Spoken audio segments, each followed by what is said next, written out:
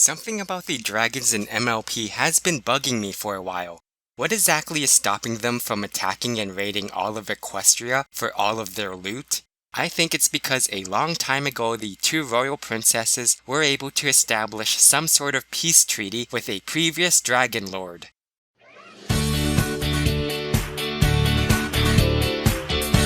The whole premise of the Season 6 episode Gauntlet of Fire is that Spike felt he had to compete out of fear that the new Dragon Lord would cause trouble for all of Equestria. Well, something about this has been bugging me for a while. Why hasn't this happened before? Did Dragon Lord Torch simply not care about the ponies or something? Do dragons just generally not care about Equestria? Maybe Garbo's the only one who hated ponies enough to want to burn them all to the ground. It's possible that the adult dragons are normally simply too lazy to bother with raiding and pillaging villages for loot.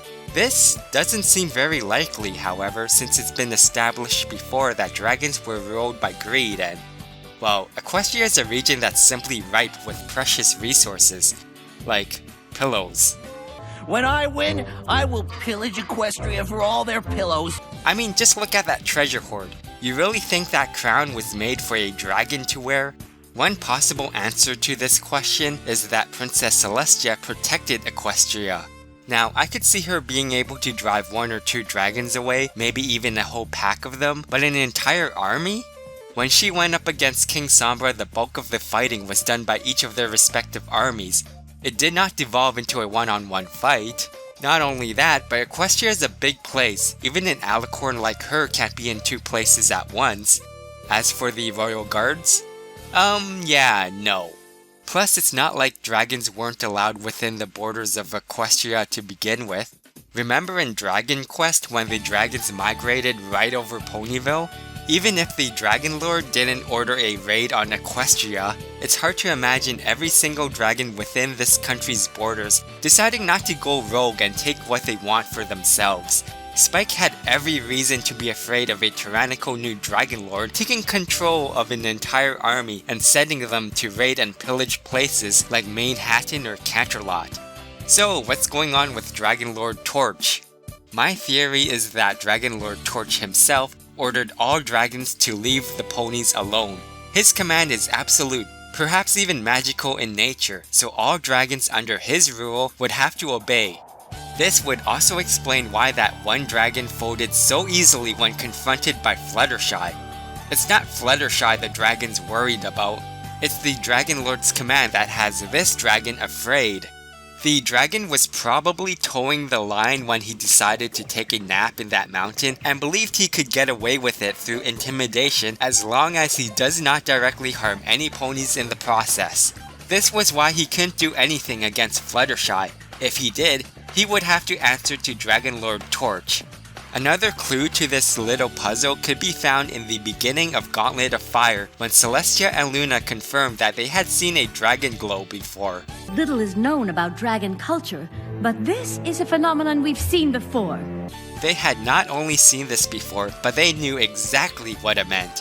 How exactly did they learn about this? Did they just happen to come across a glowing dragon and follow him all the way to the Dragon Lord?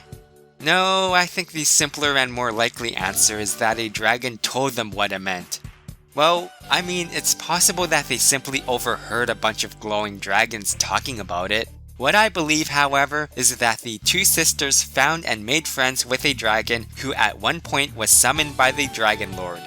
Not only that, but I believe that this dragon from long ago was none other than one of Spike's parents. One of the mysteries in MLP is the origin of Spike. The only clues we have ever gotten about where he came from was in the episode Dragon Quest. For the last time, Spike, you were given to me as an egg. I don't know who found you or where they found you. Apparently, Twilight has never bothered asking Celestia herself just where exactly that egg came from. It's been joked about before that maybe Celestia stole that egg right out of a dragon's nest, but I think we all know that idea in and of itself is kind of absurd. No, more likely, Celestia either found the egg and was unable to find the egg's parents, or she was entrusted with the egg by a dragon friend. It's unlikely that the dragon parent in question was Dragon Lord Torch. After all, he was shown to be overprotective of his own daughter. It's unlikely he would have outright abandoned his own offspring. Still, in order for this theory to make sense, the dragon parent in question must have been someone close enough to Torch to influence his decisions. Dragons don't do friends. Perhaps a sibling then? Whoever this dragon was, he or she must have trusted the royal sisters enough to entrust their egg to them. Perhaps the reason why the egg was entrusted to the Alicorn sisters instead of another dragon was because Spike's actually half pony. A dragon and a pony fell in love and entered a deep forbidden relationship, resulting in... Okay, I think I may have taken that train of thought way too far out of left field for a second there. Anyways, the point is, I believe that Spike's dead parents, whoever they may be, entrusted their egg to the Alicorn princesses and convinced Dragon Lord Torch to give out the command for all dragons to not bring any harm to any of Equestria's population. The reason for this is because Celestia and Luna befriended Spike's parents. This is why no dragon has directly attacked and or raided any of Equestria's town or village. Well, no adult dragon anyway. So what do you think? Could the royal sisters have once befriended a dragon? Could Dragon Lord Torch have once commanded all dragons to leave ponies alone out of respect for Spike's dead parents? Leave your comments below and let me know. Thanks for watching and don't forget to hit that subscribe button while you're at it.